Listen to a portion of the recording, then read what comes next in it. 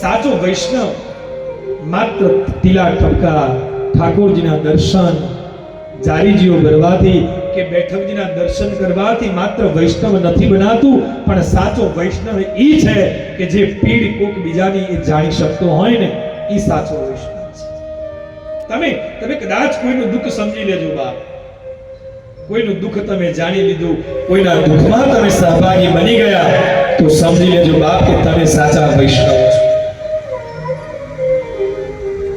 કોઈક બીજાના દુઃખને સમજવાનો પ્રયત્ન કરજો સાહેબ.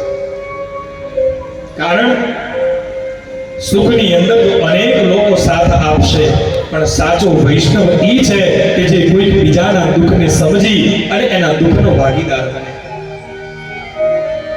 પણ એને આપણે તો આઈડ ગયો છે, ઈ તો આપણે સમજી શકવાના જ નથી. આપણા પાડોશમાં જ કદાચ